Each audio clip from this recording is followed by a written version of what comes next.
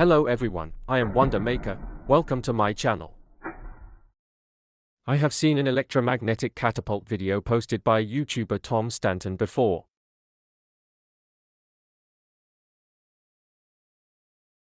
It feels so interesting and awesome, I want to have one too. So I plan to make some upgrades based on his case. Make your own electromagnetic catapult system. My project goal is to achieve an electromagnetic catapult speed exceeding 100 km per hour. I will be making some necessary upgrades to achieve this goal. First, the electromagnetic ejection scheme is determined to be a combination of electromagnets and neodymium iron-boron magnets. Magnets are placed on both sides of the acceleration track, and an electromagnet is used to accelerate the middle rail. Single-side magnet installation in sequence NS alternating extension. The magnet on the other side ensures that the inner side and the opposite side attract each other. At this time, just pass current through the electromagnet to generate a magnetic field on both sides. The electromagnet will be subjected to the pulling force in front and the pushing force in the back at the same time. Connect the power supply to see the actual effect. As expected, it just doesn't seem to be as smooth as others. We will try to improve it later. This is followed by a continuous advancement test. The electromagnets have been completed in alternating arrays. As we all know, the direction of the magnetic field of an electromagnet is related to the direction of the current. At this time, we need the electromagnet to continuously change the direction of the current according to the current magnetic field conditions during the process of moving forward, so as to achieve the effect of continuous acceleration. Therefore, the wires are connected in an alternating array. This allows the current to switch direction alternately. I used the method of bending copper sheets to embed the array connection surface. The backside is connected by screws. The overall effect is very good and I am quite satisfied with it. However, considerable difficulties were encountered when designing the electrical connections of the sliding surfaces. At first, I adopted the original Blogger solution, using copper tape, but I found that this solution has several disadvantages. First, the position of the contact surface is uncontrollable, and second, the contact area is not large enough at the same time.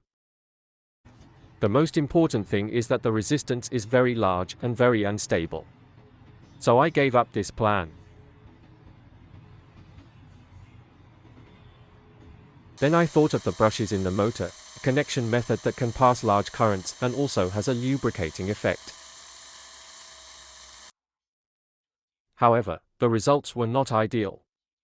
Although graphite is a material with relatively strong conductivity among non-metals, its resistance is still very large when the cross-section is small. Finally, I used a spring plus copper sheet to achieve a sliding connection. The spring can effectively control the pressure of the contact surface, and the bent copper sheet can also control the contact point more easily. The final measured resistance is basically the resistance of the coil. See the sliding effect.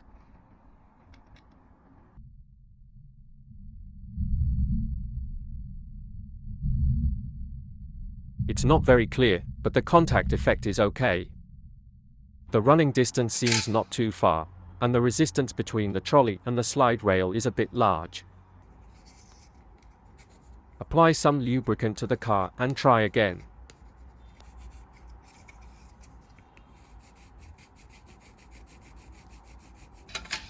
It's much smoother now.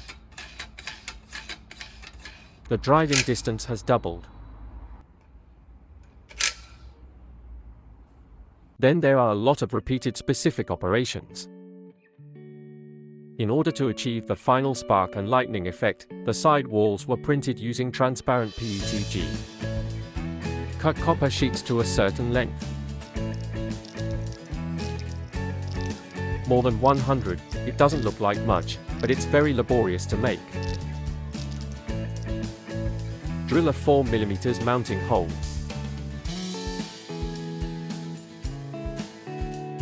Fix the copper sheet to the 3D printed bending mold.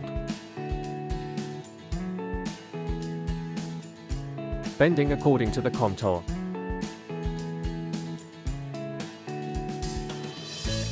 Press down with a hammer to ensure the consistency of each bent copper sheet.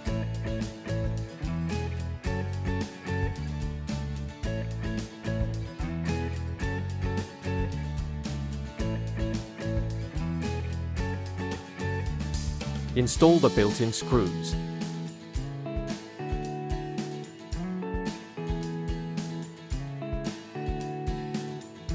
Embedded copper sheet.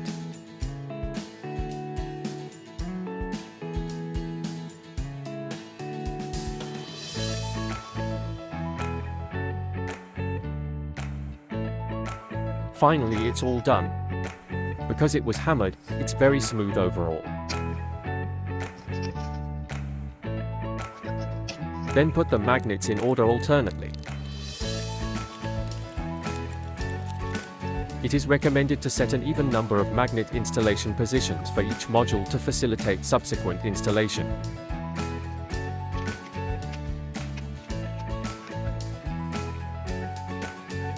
For the overall routing, I used two 1 meter long copper strips.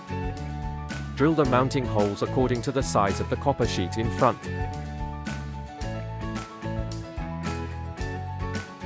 Drilling thread.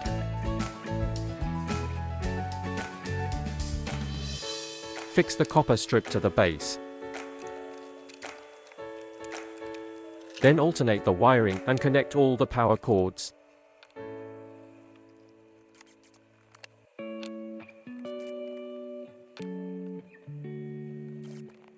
After everything is installed, it looks like an octopus. Install the base and separate the wires.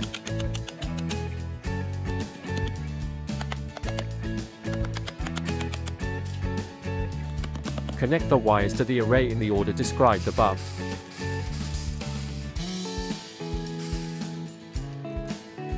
At this point, the orbital part of the electromagnetic catapult is complete. Next, test the running effect.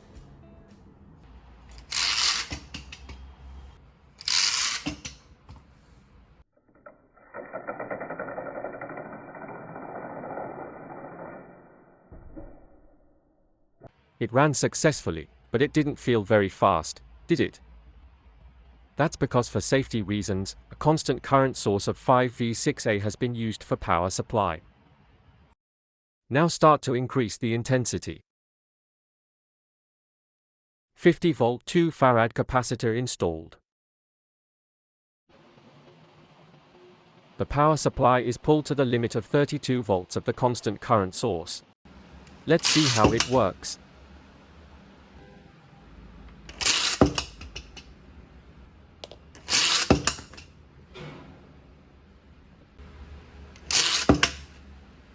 Roughly speaking, about 15 kilometers per hour.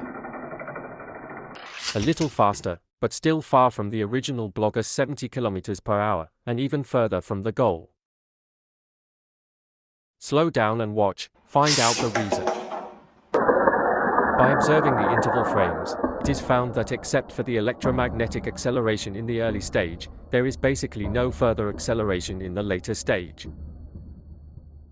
Zoom in and observe the running details.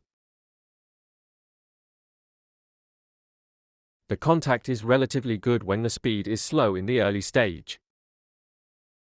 Speed gradually improved.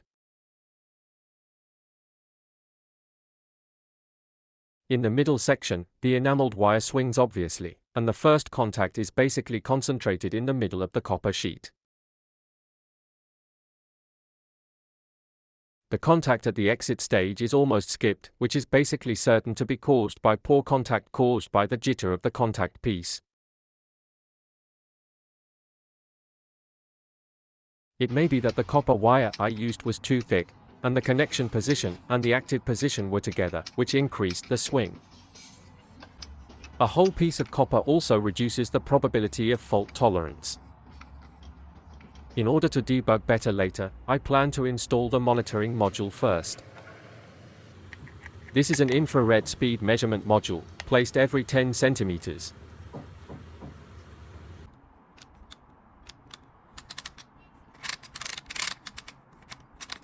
The current and voltage modules are also added to make it easier to find where the problem lies.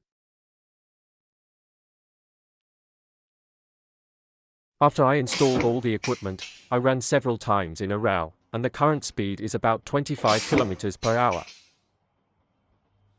The average speed algorithm here has a little bug, which can be ignored.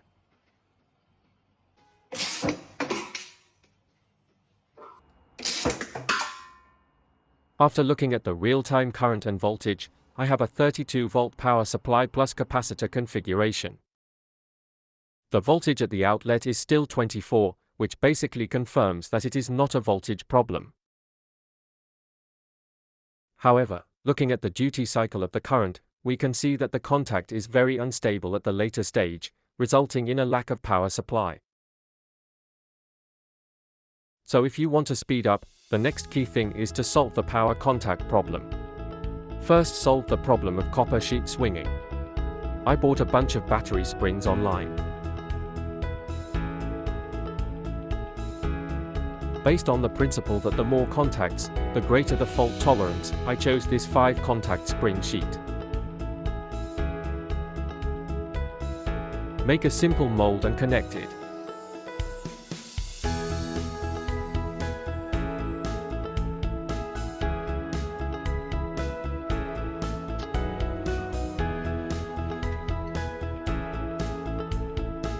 Try running again.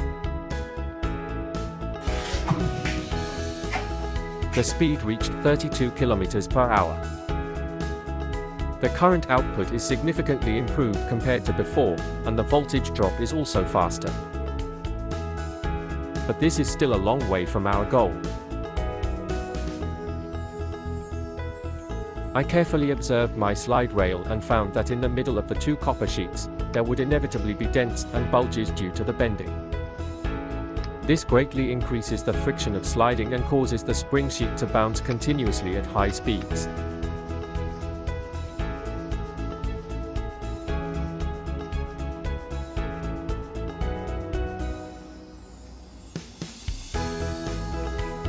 I plan to temporarily fill it with plaster to verify my guess. After polishing, I found that there were indeed some big problems with the previous flatness.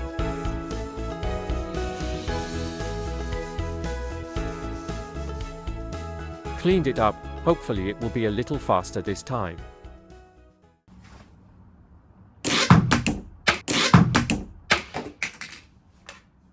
Very good speed.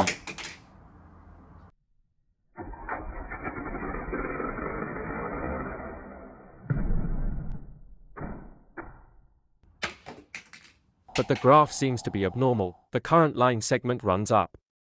At first I thought it was a bug, until I saw the background data. The current did run to more than 100 A. The speed display is also abnormal. This is probably because the detection speed of the Arduino main control board cannot keep up. A board with faster calculation speed is needed. There is no other way. I can only check it with my naked eyes for now. The first frame slider appears at 32.35 seconds. The second frame slider appears at 32.36 seconds.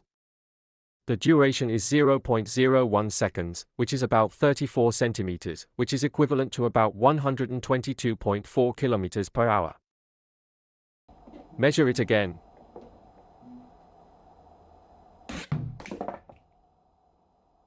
The first frame slider appears at 59.33 seconds. The numbers have a residual image, so it should be at the beginning of 59.33 seconds. The second frame is still 59.33 seconds, so it can be confirmed that it occurred within 0.01 seconds. The distance is about 20 centimeters. Since the second frame has no residual image, it should be within 0.01 s. The speed is estimated to be at least 80 km per hour. Finally, test a group.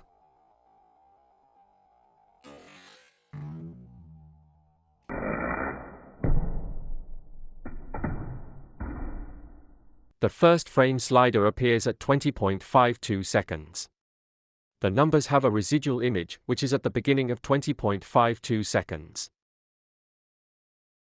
The second frame is still 20.52 seconds, and the slider is basically invisible. The distance is about 25 centimeters. 25 centimeters in 0.01 seconds, the speed is estimated to be at least 90 km per hour. 3 tests. 122 km per hour, above 80 km per hour, above 90 km per hour, combined with the above measurements. 100 km per hour goal achieved. Finally, let's fly a few more times.